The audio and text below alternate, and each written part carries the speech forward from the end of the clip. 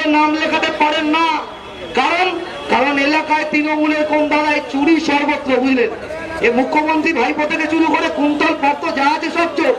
জমায়েত করে উপস্থিত হয়েছেন। একদিন 1 ঘন্টার কাজ না করে থাকা মানে পেটে গামছা বাঁধা।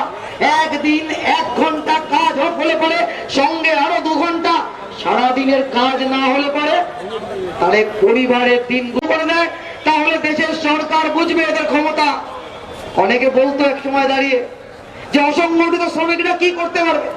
অসংগঠিত শ্রমিক যদি কাজ করে তাহলে দেশের অর্থনীতি না করে দেশের অর্থনীতিতে কোনো প্রভাব পড়বে না। আমরা একটা ধর্মঘট দেখেছিলাম 2007 সালের আগস্ট মাসের 7ই আগস্ট। এমন ধর্মঘট কেউ কখনো দেখেনি। ট্রেন চলেছে, অফিস খোলা, আদালত খোলা, স্কুল খোলা, কলেজ খোলা, কিন্তু ট্রেন থেকে ট্রেনে উঠে যাত্রী দেখেছে ট্রেনে কোনো হকার নেই। ট্রেন থেকে নেমে যাত্রীরা দেখছে যে কোনো অটো চালক তার জন্য দাঁড়িয়ে নেই, কোনো বাস তার জন্য দাঁড়িয়ে নেই, কোনো রিক্সা তার জন্য দাঁড়িয়ে নেই। আর সেদিন তার আগের দিনও কেউ ভাবেনি। আর পরের দিনকে দেশের শ্রমমন্ত্রী ছিলেন সেই সময় অস্কার ফার্নান্ডেজ। তিনি বলতে বাধ্য হয়েছিলেন যে এই অসংগঠিত ক্ষেত্রে শ্রমজীবী মানুষের একদিনের ধর্মঘটে কত ক্ষতি হলো। সরকার স্বাধীনতার 75 বছর। আমাদের দেশের প্রধানমন্ত্রী সহ দিল্লির সরকারের নেতা নেত্রীদের যখন বলা হচ্ছে, ওরা বলছে 75-এর স্বাধীনতা, বলছে অমৃতকাল। আমরা অমৃতকালে রয়েছি। কেউ বলছে অমৃতের মহোৎসব চলছে। আমি আপনাদের সামনে বেশি সময় নেব না, কিন্তু এই অমৃতকাল, অমৃতের মহোৎসব শুনতে শুনতে মনে পড়ে যাচ্ছে যে ছোট্টবেলায় শুনেছিলাম যে অমৃত মন্থন করতে গিয়ে দেব আর অসুরের যুদ্ধ।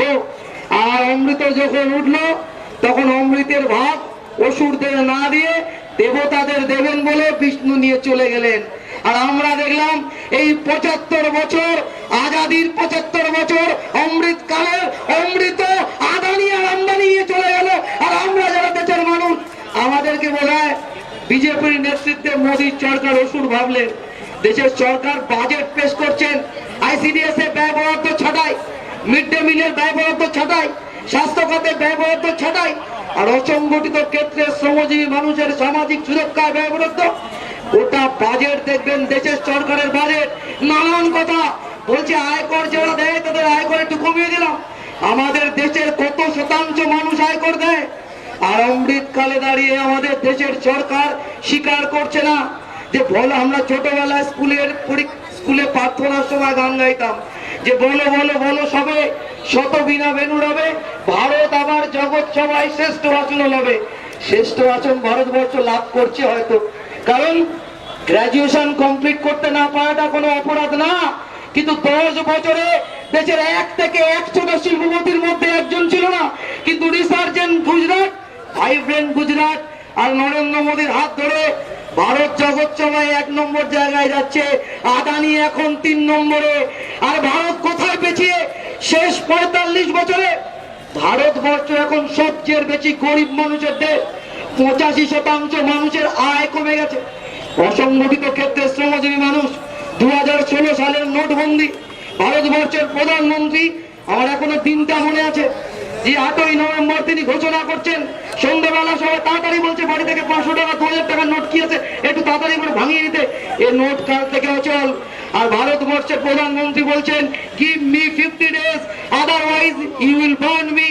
বলছে আমাকে 50 দিন দাও, না হলে আমাকে পুড়িয়ে মারবে। আর কি? আর নোটবন্দির রেজাল্ট কি? 55 লক্ষ অসংগঠিত ক্ষেত্রের শ্রমিক তারা কাজ হারানো। নোটবন্দির রেজাল্ট কি? আমার এখানে রয়েছেন অজস্র যারা এসছেন পথের ধারে হকারি করেন, ছোট দোকানদার, ছোট কর্মচারী এসছেন, রেলের হকার এসছেন। ঠিকা শ্রমিকদের সমাবেশ হয়ে যাওয়ার পরেও পিএইচি সহ অনেক ঠিকা ক্ষেত্রের শ্রমিকরা এসছেন, যেদিন মাসের পর মাস মাইনে বন্ধ। দোকান কর্মচারীরা বলছে দোকান চলছে না, রেস্টুরেন্ট, শপিং মল চলছে না। এবং এই শ্রমিকদেরকে বিভিন্ন ক্ষেত্রে দেখা গেল যে 82% কাজের সঙ্গে যুক্ত মানুষ, তাদের আয় কমিয়ে দিল। আমরা এই করোনা না হলে জানতে পারতাম না যে আমাদের দেশে এত লক্ষ লক্ষ পরিযায়ী শ্রমিক রয়েছে যারা নতুন ইন্ডিয়া, নতুন ভারতবর্ষ তৈরি করার জন্য ভারতবর্ষের বিভিন্ন প্রান্তে ছড়িয়ে রয়েছেন। বাজেটে তাদের জন্য কোনো কথা নেই। আর রাজ্যের বাজেট আমি কি বলবো, মমতাতেই শুরু, মমতাতেই শেষ। রাজ্যের বাজেট পেশ করতে গিয়ে রাজ্যের মুখ্যমন্ত্রীর আগে চন্দ্রিমা ভট্টাচার্য বাজেট পেশ করতে গিয়ে মুখ্যমন্ত্রীর নাম একবার বললেন, আবার শেষে একবার বললেন মুখ্যমন্ত্রীর অনুপ্রেরণা, ছত্রের অনুপ্রেরণা। তা সেই অনুপ্রেরণায় কি হলো?